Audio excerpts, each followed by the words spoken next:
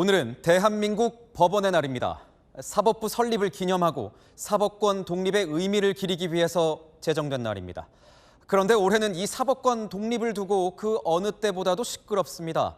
당장 법원 내에선 내란 특별재판부에 대한 우려의 목소리가 터져 나왔습니다. 어제 7시간 넘게 진행된 전국 법원장 회의에서 신중한 접근이 필요하다는 의견이 다수 제기된 겁니다.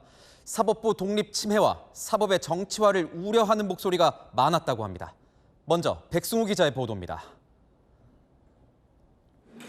전국의 각급 법원장들이 긴급 소집된 전국 법원장 회의는 7시간 넘게 진행됐습니다. 회의에선 민주당이 주도하는 법안에 대한 의견이 공유됐습니다. 대다수 법원장들은 내란특별재판부 설치에 대해 신중한 접근이 필요하다며 사실상 반대 입장을 내놨습니다. 한 법원장은 하나의 사건만을 재판하기 위해 예외법원을 설치하는 건 위헌 소지가 있다고 말한 것으로 전해졌습니다. 대법관 수를 단기간 대폭 늘리는 것도 신중한 검토가 필요하다는 게 중론이었는데 소규모 증원이 적정하다는 의견도 제시됐습니다. 외부 인사의 법관 평가 참여, 대법관 후보 추천위 구성 다양화 등은 사법권 독립 침해를 우려하는 의견이 우세했습니다. 법원장들은 사법제도 개편은 공론화 과정이 필요하다며 특히 대법원 구성과 법관 인사제도는 개선 논의에 사법부가 참여해야 한다고 주장했습니다. 천대엽 법원 행정처장은 사법부의 참여 없이 사법개혁이 추진되고 있는 점에 우려를 표한다고 밝혔습니다. 한편 하급심 판결문 공개 확대, 압수수색 영장 사전 신문제 도입에 대해선 원칙적으로 찬성하는 의견이 우세했던 걸로 전해졌습니다. 채널A 뉴스 백승우입니다. 정치권도 시끄럽습니다. 여당이 사법개혁은 사법부가 자초했다며 대법관 증원부터 내란특별재판부 설치까지 그 개편을 강행하자 당장 야당에선 삼권 분립을 파괴하는 전체주의적 발상이란 비판이 쏟아졌습니다. 남영주 기자의 보도입니다. 국민의힘은 더불어민주당이 추진하는 사법개혁안을 개혁안이라고 꼬집었습니다. 혹시나 유죄가 안 될까 하는 그런 염려 때문에 결국 내란특별재판부라는 무리한 위헌적인 조치를 추진하고 있습니다. 한마디로 난리굿입니다. 정치적 목적이 다분한 개악안일 뿐입니다. 사법부를 발 아래에 두겠다는 발상은 삼권 분립을 무력화하고 야당 투톱도 가세했습니다.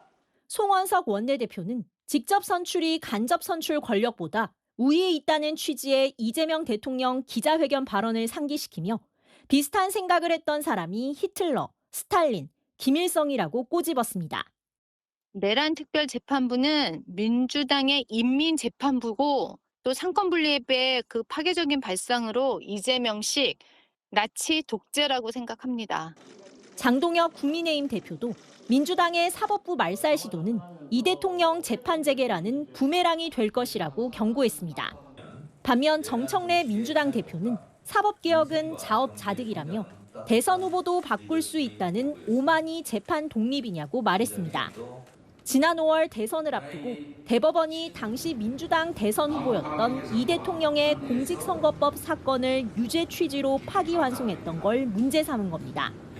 국민의힘은 추석 전까지 내란재판부 설치의 위헌성을 부각하는 장외투쟁을 이어갈 방침입니다.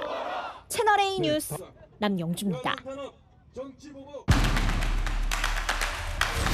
아는 기자 사회부 김호영 기자와 함께하겠습니다. 자, 전국 각급의 이 법원장급 42명의 판사가 7시간 넘게 회의를 진행했습니다. 어떤 주제로 회의를 진행한 겁니까? 네, 전국 각급 법원장 중 1명을 제외하고는 모든 법원장들이 모여 7시간 넘게 회의를 이어갔습니다. 공식 안건인 대법관 수 증원, 법관 평가제도 개선 등에 더해 내란 특별재판부 설치를 놓고도 논의가 이루어졌습니다.